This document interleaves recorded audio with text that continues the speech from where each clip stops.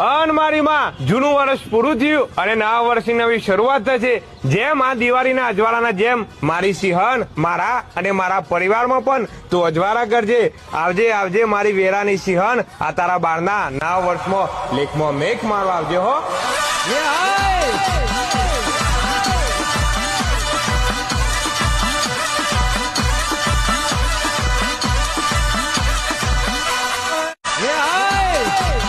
અન મારી માં જૂનું વર્ષ પૂરું થયું અને નવા વર્ષની નવી શરૂઆત થશે.